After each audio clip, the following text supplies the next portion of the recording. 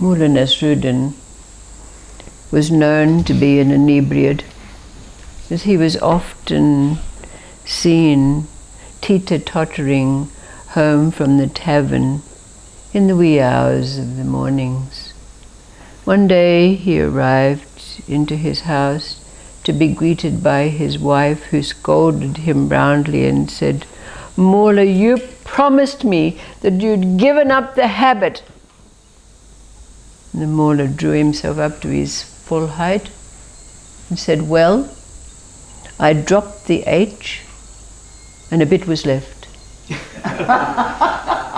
So I dropped the A and bit was still there. And I dropped the B. And with a drunken sigh he said, but it still remains."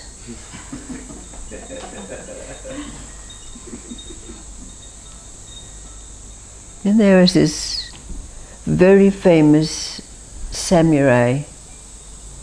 And he came home from a hard day on the battlefield, and he was sitting down with his cup of sake. And all of a sudden he noticed this fierce-looking rat, fearlessly sitting, staring at him. Well, he thought, what is this rat doing in my house? So he took out his sword and he started chasing the rat and flailing around. He started to sweat. You know? Even on the battlefield he didn't sweat. But here he was waving his sword and he even broke his sword. Still didn't catch the rat. So he went to his wife and told his wife, and she said, "Oh, you stupid fellow, how can you catch a rat with a sword? What do you think we've got a cat for?" So they brought in the cat. Well, the cat couldn't catch the rat neither. It was very mysterious, really, because this cat was a samurai's cat. I mean, after all, it had been imbued with all of the qualities of a samurai. He lived in the aura of a samurai swordsman after all. But he couldn't catch the rat. So they went to the shogun and they asked could they borrow his cat, because of course the shogun's cat was super intelligent and had been bred for its intelligence and its prowess and all of that, trained, had a gold chain around its neck.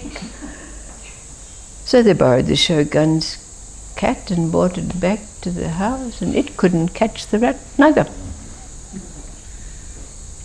So they didn't know what to do at all. And then someone said, "Well, I know an ordinary cat.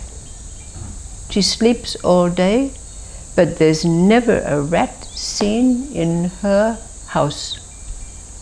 Nobody knows how she does it. You don't see how she kills them or what she does with them. But there's no rat in her house. She's just an ordinary. She sleeps all day, purrs occasionally, but there's no rat." Well, the samurai swordsman thought to himself, well, how can just an ordinary cat... But anyway, he went to the place where this cat was, and there was the cat nodding off there, and he asked the cat, "Well, what is your prowess? What do you do? How do you catch these rats?" And she just opened one eye to him and yawned and went back to sleep again. So this wasn't good enough. He woke her up and said, "Tell me, what is your art? How do you do it?" And the cat said, "Well, I don't know how I do it, but it's just my nature to be a cat." Well, he took the ordinary cat back to the house, and the rat took one look at this cat and was never seen again. So the question that arises from this, or these two very simple stories, is when we've been asking this question, where are we when we're living in this state of Satchitananda or existent knowledge and bliss? And even though it was said that we can really only recognize where that beyond is in the negative by knowing what's not there that was there before. But there's something that we have to admit for ourselves. And it's to do with being ordinary, isn't it? Or perhaps recognizing our true nature. Because without putting words into your mouth, isn't it natural for you to be present?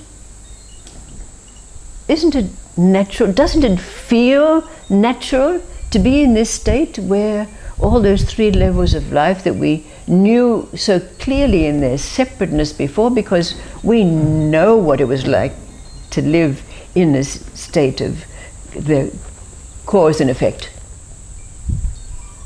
action and reaction. And we know what it's like to have the dreams and the intuitions, to see the odd spirit. And we certainly have experienced through our practices of meditation that oneness, that interrelatedness. We've even had the waves of compassion, pity, and empathy that go with that state. So when they all join seamlessly together, isn't it natural? Doesn't it feel like a natural state? Of course it does. So, can we equate that with being ordinary? Just like in this simple little story, it's my nature to be a cat. And now in this place, we have the possibility of exploring our real nature. Because it's a stepping off point, isn't it? We know that to live in a state of Satchitananda is not the end. It's just a beginning. We can ask the question, what is it that is beyond this? And have a gleaning of it by recognizing what is no longer there in our life. But as a stepping off place, to acknowledge that this is our true nature. It's like a cat is a cat is a cat. We're opening up possibilities that are endless for us. But what's the criteria? What's the basis point? What is it to be ordinary? We might ask ourselves. And we can glean it from this simple story. Because it's so natural for us. And we're feeling it more and more natural as the days go on. Where would you go? When your mind goes off now, it's like a river in the desert. It just gets lost. It's got nowhere to go, has it? Can it take you behind that fighting camel as it was before? No. But to accept, to acknowledge, because it's not a state or a place, what is it we have to accept and acknowledge? And for the beginning, alright, we've got no place to go, nowhere to be, and nothing to do. But that's not going to be satisfactory to the mind. But the mind can accept its ordinariness, can't it? It can accept its ordinariness. Don't say, I'm a nobody. That's not acceptable to the mind. I'm nothing. That's not acceptable to the mind. Because it doesn't equate. Here I am, I still get angry, I still need to go to the toilet, I still need... and so forth. Not acceptable to the mind. So, if we look at this ordinariness, and acknowledge it as being equal to our true nature. Isn't that a jumping off point?